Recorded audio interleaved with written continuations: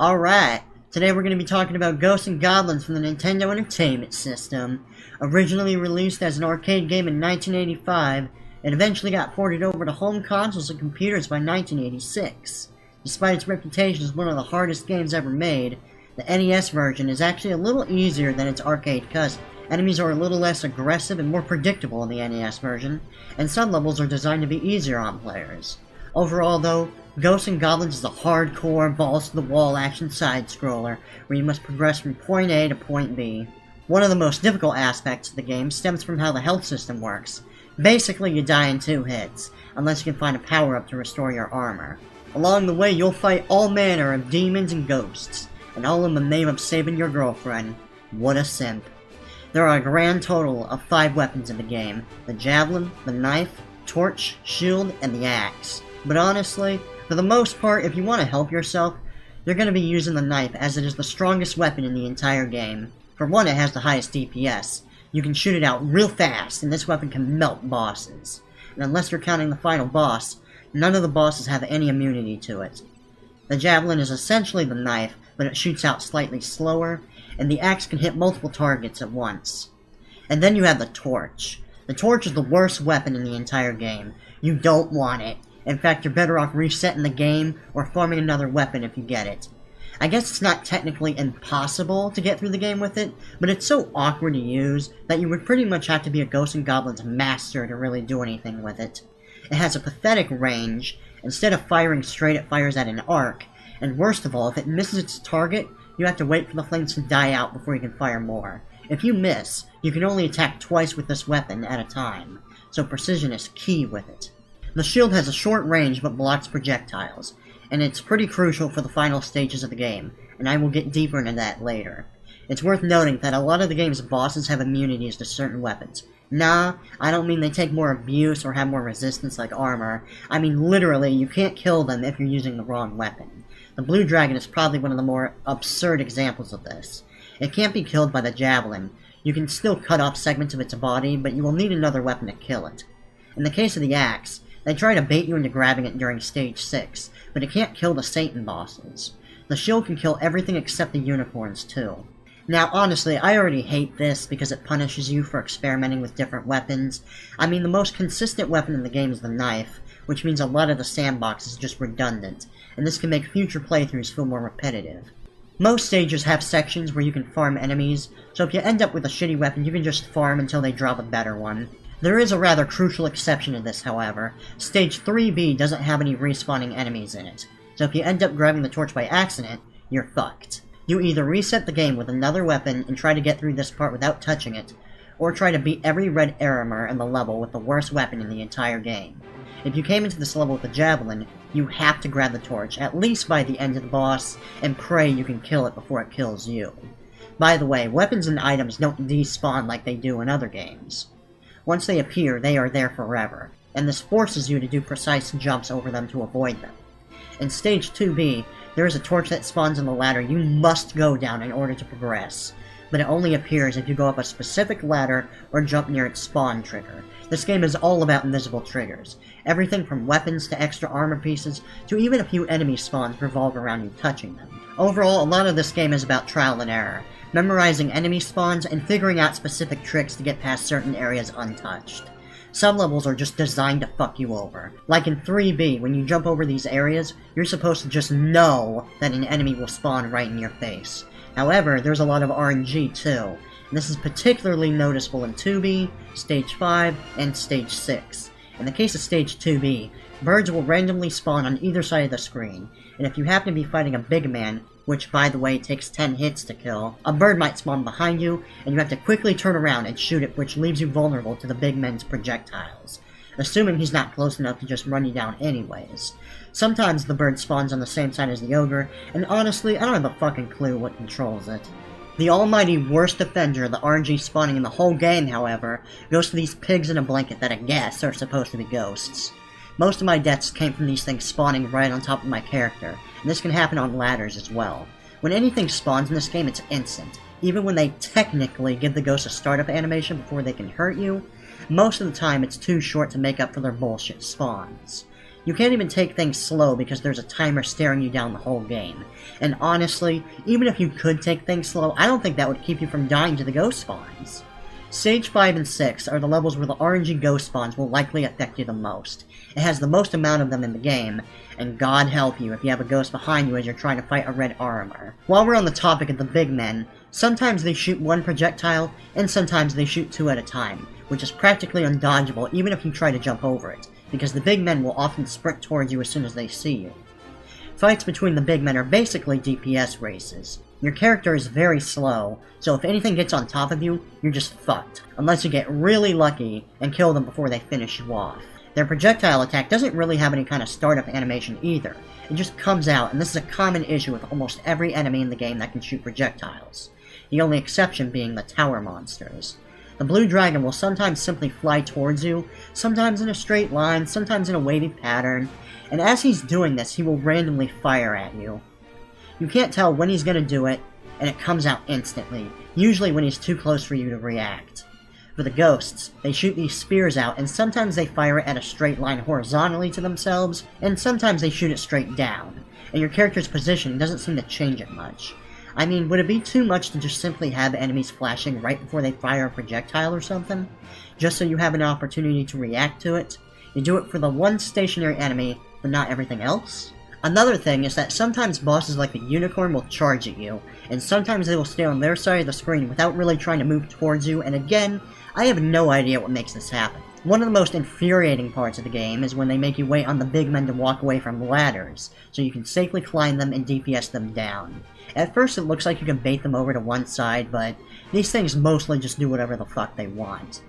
This would all be well and dandy if your character was fast enough to react to things, but as I said, you're very slow, and dying to this shit can be very frustrating as a result. Because of this and the volatile health system, I can't help but feel like it's just more important to make things more predictable to the player. Either that or at the very least, give us more armor pickups throughout the levels. A few levels have them, but they're all hidden, and will only appear when you jump into specific areas of the map. The game makes no effort to give hints to the player where these spots are, so the only way you will find these armor pickups, which is assuming you are even aware they exist at all, is by either getting really lucky, methodically jumping to every pixel like you're wall humping for secrets in Doom, or caving in and just looking it up on the internet.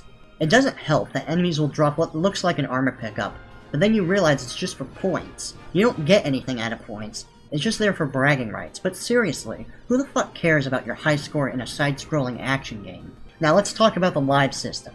The live system in this game is pointless. The first 4 stages had mid-level checkpoints, which is actually pretty merciful for an NES game, but you will always go there whether you're losing a life or continuing from the main menu. So essentially, unless you care about points, there's really no punishment for losing all your lives. At best, you can say that continuing takes slightly more time than losing just a life. They might as well just have you go to a continue screen. That way when you die, you can just continue where you left off like normal. But in this game, when you lose all your lives, you go straight back to the main menu. At the bottom of the screen is the continue button, but no matter how much you play, it always defaults to the new game button. And to make matters worse, the continue button flashes, which usually indicates it's being selected. The first time I played this, I didn't even notice the icon next to the buttons. That's the actual selection indicator. And the flashing is there because I have no fucking idea.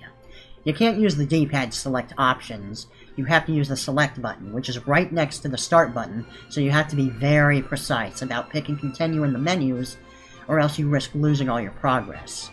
There's no password screen either, so if you have to turn off the game, you can only get back where you left off by inputting a button combination. It's a kind mercy that there's a level select code in the game to account for this. I don't think you can play the second quest unless you use stage 7 first though, so you have to play it from the start if you want to get the good ending. Now I have to comment, going back to stage 6 one more time, there's actually a part where you must end the stage holding the shield. If you don't have the shield by the time you finish the stage, the game will actually kick you back to stage 5 while springing this message on you. It's like, wow. Thanks for telling me at the last possible second game. What makes it even more ridiculous is that if you skip to stage 7 in the level select menu, you can still kill Astaroth with the javelin, so yeah, fuck your rules, game! As far as the second quest goes, I don't think anyone disagrees that it's pretty lazy that they just make you beat the same levels twice. They don't even change enemy spawns or have the levels look different. They just make you go through the whole game all over again. Maybe the other games make the second quest more interesting? I would have to play them myself to find out. I guess the bright side of it is that once you master most of the game, you can pretty much speed your way through it just to get the good ending without wasting too much of your time. The only two stages that will really slow you down are stage 5 and 6, since they have the most amount of RNG. As far as jumping goes, it's a little bit like Castlevania in that you jump in a strict arc.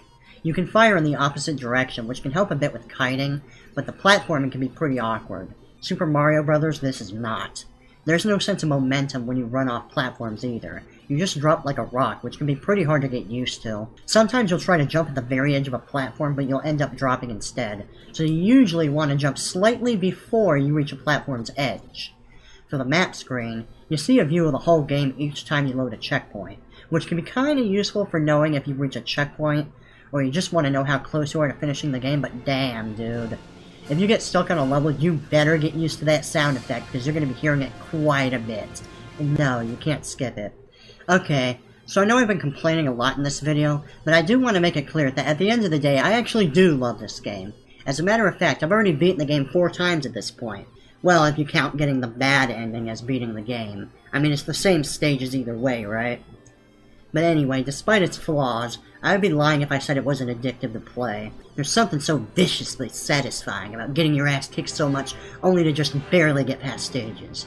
I think the first 4 stages can be mastered, and to a degree, even stage 5 and 6. The gameplay is pretty brutal, so this game is definitely not for the faint of heart. While there's a little bit of unpredictability in the AI, there's a lot of predictable behavior too that you can even abuse to get ahead. For example, one easy way you can kill a red armor is by hitting it once or twice as it flies into the air, and then running backwards as it tries to dive towards you. Usually it will miss and fly back up into the air, and if you don't fire at it and let it come down to the ground, it will move towards you in a straight line that opens it up to getting hit a few times. You can bait the AI into doing this constantly, but sometimes you might need to avoid its projectiles. For the ghosts, they have a clear and consistent pattern to their movement, where they will slowly work their way towards you as they fly from side to side that you can account for. A lot of enemies in this game have consistent behavior like the birds, Poochie Devils, skeletons, tower monsters, Dragon Boss, Satan Boss, and Astaroth. The pieces are definitely there to make a more skill-oriented game, and at its best, Ghosts N Goblins can make for a very satisfying test of mastery. Each stage is memorable in its own way, each looking different and playing differently from one another. They even have their own themes to set them apart. The music is pretty great in this game, and the sound effects are impactful. Well, that about covers it for the review portion of this video, but while I'm here, I thought I would give some tips on how to get through the game. Now, I don't claim to be an expert, but this is what I did in my playthroughs. First off, when the game starts, farm the zombies for the knife. It will make future encounters so much easier if you can just grab the knife. Hang on to it for dear life, and try not to lose it. If you do lose it, you can farm enemies to get it back in stages 1A, 1B, 2B, 3A, Stage 5, and 6. I heard the blue killers can carry the item pots too, but personally I've never seen them carrying pots in any of my playthroughs, so if you lose your weapon somehow in Stage 4, it might actually be a bit of a pain in the ass to get it back. Usually it will take about a minute or two to get enemies to drop the knife in the farming areas, so you really don't want to die during these parts if you can help it. For Stage 2B, once you reach the big men's mansion, make sure to kill the ones on the right side of the building before you go there. It's the easiest way to open up the route for yourself. Whenever you're fighting the unicorns, make sure you're crouching so you can't be hit by its projectile, and jump back as they approach you. There's a delay to their projectiles, so if you do it right after avoiding one of their attacks, you should be fine. When you start Stage 3A, immediately run to the left and crouch as you spam attacks to the right. You should be able to race past the spawning zombies before they can touch you, and crouching protects you from the bats above. Once you reach 3B, if you hit a red armor once with an attack while it's barely on screen and run away, you can get it to despawn from the map entirely. You can abuse this to avoid fighting all but the third one on the mid part of the level, and the one right next to the stage boss. As far as the third middle one goes, just go to the top part of the level, glitch out the armor on that part, and you should be fine. The top armor is the last one you can glitch out, and it's a little harder to do if you have the javelin. Basically, you have to do a tricky jump to the side and throw an attack immediately. If you're too slow, the armor will go off screen and receive no damage as a result. Once he's gone, you can just jump past the middle armor, but be sure to jump as close to the edge as possible, because if you don't drop past the first 2 ledges below him, you will be forced to fight him anyways. Once you get to Stage 6, odds are you're going to lose the knife at that point and have 2 options. Either farm the knife every single time you die and reset the level before trying again, or just get used to using the javelin. Honestly, the javelin is a decent weapon, but when you fight the dragon on stage 6, you will need to grab the shield before you can kill it. If you choose to farm the knife, one thing you can do is play with the knife until you beat the only red armor you can't avoid fighting, and then run down and grab it from the Satan bosses. But you do risk running down the timer by doing this. What I do is grab the javelin at the start of the stage after I lose the knife, and then fight the dragon and grab the shield to finish him off, and just try to get past the rest of the stage with the shield. One nice thing about the shield run is that you can avoid aggroing one of the red armors as you're fighting one of the big men at the top of the ladder. If you have the knife at this point, and the big man happens to be on the same side as the red armor, you have to count off exactly 10 hits and avoid throwing any extra so you can get past this first section safely. Once you reach the second ladder armor, you need to go up just enough to aggro him and try to kill him on the lower floor. As far as the Satans are concerned, you can duck under them each time they dive towards you, so you only have to worry about the projectiles and accidentally going down a ladder. Just make sure you're a good distance away from the ladders when you crouch and try to align yourself as best as you can with the Satans without getting hit in the process. Now obviously, whenever there's a multiple boss setup, you want to try to fight only one of them at a time, but as long as you never go too far to the right side, you should be fine. The Satan bosses actually won't attack anymore if they're off screen, so even if you mess up, you can probably recover from your mistake and keep fighting them one-on-one anyways. And there's not a lot more to say than that.